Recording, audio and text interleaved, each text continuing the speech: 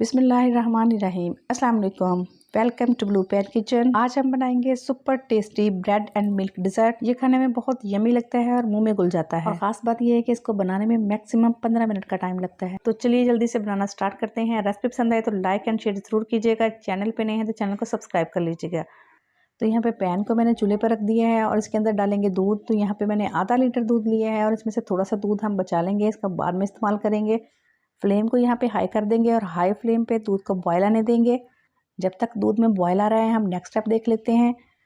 तो यहाँ पे जो थोड़ा दूध हमने बचा के रखा था उसको एक बाउल के अंदर ऐड कर देंगे और इसके अंदर डालेंगे हम 2 चम्मच कस्टर्ड के। मैं यहाँ पे वनीला फ्लेवर का ले रही हूँ, आपको जो पसंद हो आप वो ले सकते हैं।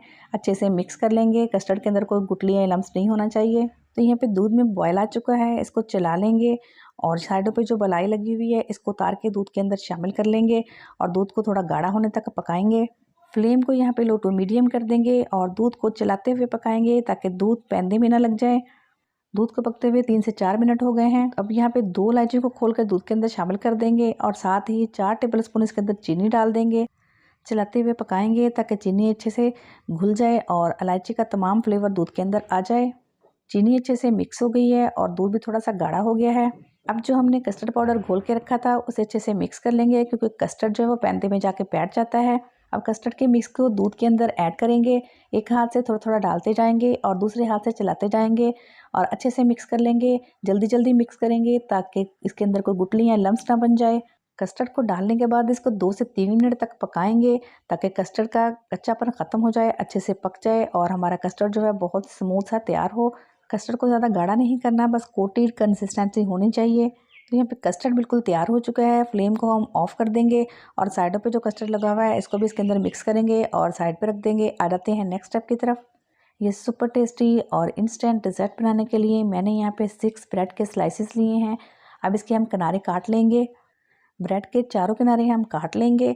आप चाहें तो ऐसे भी इसको यूज़ कर सकते हैं, लेकिन किनारे थोड़े हार्ड होते हैं, जल्दी सॉफ्ट नहीं होते, इसलिए इनको काटना ज़रूरी है।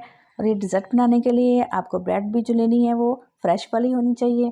तो मैंने चारों किनारे काट लिए हैं। अब मैं इसको ट्रायंगल शेप में काट लूँगी। आप चाहें तो स्क्वायर शेप में काट लें या फिर सर्कल शेप में काट लें।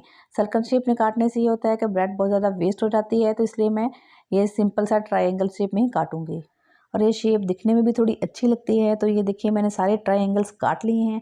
ब्रेड रूखी या फीकी ना रहे, इसको सुपर टेस्टी बनाने के लिए हम यहाँ पे तैयार करेंगे रबड़ी। तो यहाँ पे एक बाउल में मैंने आधा कप ड्राई मिल्क पाउडर ले लिया है, आप कोई भी ब्रांड का ले सकते हैं। इसके अंदर मैं डालूंगी जो हमने कस्टर्ड तैयार करके रखा है उसके 2 से 3 चम्मच।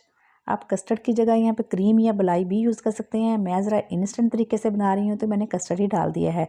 ये थोड़ा सा थिक लग रहा था मुझे, तो मैंने 1 से 2 चम्मच इसके अंदर दूध के शामिल कर दिए हैं और अब ये देखिए परफेक्ट कंसिस्टेंसी आ चुकी है इसकी। रबड़ी को थोड़ा मीठा करने के लिए इसके अंदर 1 टीस्पून चीनी पिसी हुई शामिल करेंगे और 1 टेबलस्पून इसमें डेसिकेटेड कोकोनट शामिल करेंगे। ये ऑप्शनल है लेकिन इससे फ्लेवर बहुत अच्छा आएगा।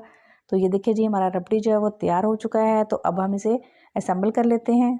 तो ब्रेड का एक पीस लेंगे और इसके ऊपर 1 से 2 टेबलस्पून भर के हम इस रबड़ी का लगा देंगे, अच्छे से चारों तरफ फैला देंगे। आप चाहें तो ब्रेड के स्लाइसेस काटने से पहले रबड़ी लगा लें और उसके बाद ही स्लाइसेस काटें। रबड़ी हम खूब भर भर के लगाएंगे ताकि जब हम खाएं तो बहुत ही ज़बरदस्त सा इसका फ्लेवर आए। अब दूसरे पीस को इसके ऊपर रख देंगे और हाथ से हल्का सा प्रेस कर देंगे। ऐसे ही मैं सारे शेप्स तैयार कर लूँगी। तो सारी ब्रेड को तैयार करके मैंने एक प्लेट के अंदर सेट कर दिया है।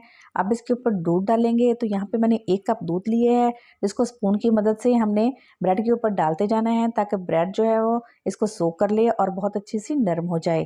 तो ये सारा दूध अपने ब्रेड के ऊपर डाल देना है, आपने इसमें कंजूसी नहीं करनी वरना ब्रेड जो है वो हार्ड रहेगी। अब जो हमने कस्टर्ड बना के रखा था ना वो सारा इस ब्रेड के ऊपर पोर कर देंगे। अच्छे से हर ब्रेड के ऊपर डालेंगे और ब्रेड को बहुत अच्छे से इसके साथ कवर कर देंगे। अगर आपको रेसिपी अच्छी लगे तो प्लीज़ लाइक कर दें और सब्सक्राइब करके चैनल को सपोर्ट ज़रूर किया करें। अगर पहले से कर चुके हैं तो थैंक यू सो मच। तो यहाँ पे अब हम इसको गार्निश करेंगे।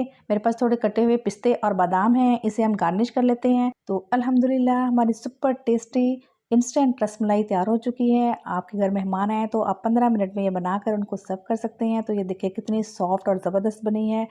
अपना रखिएगा बहुत सारा ख्याल।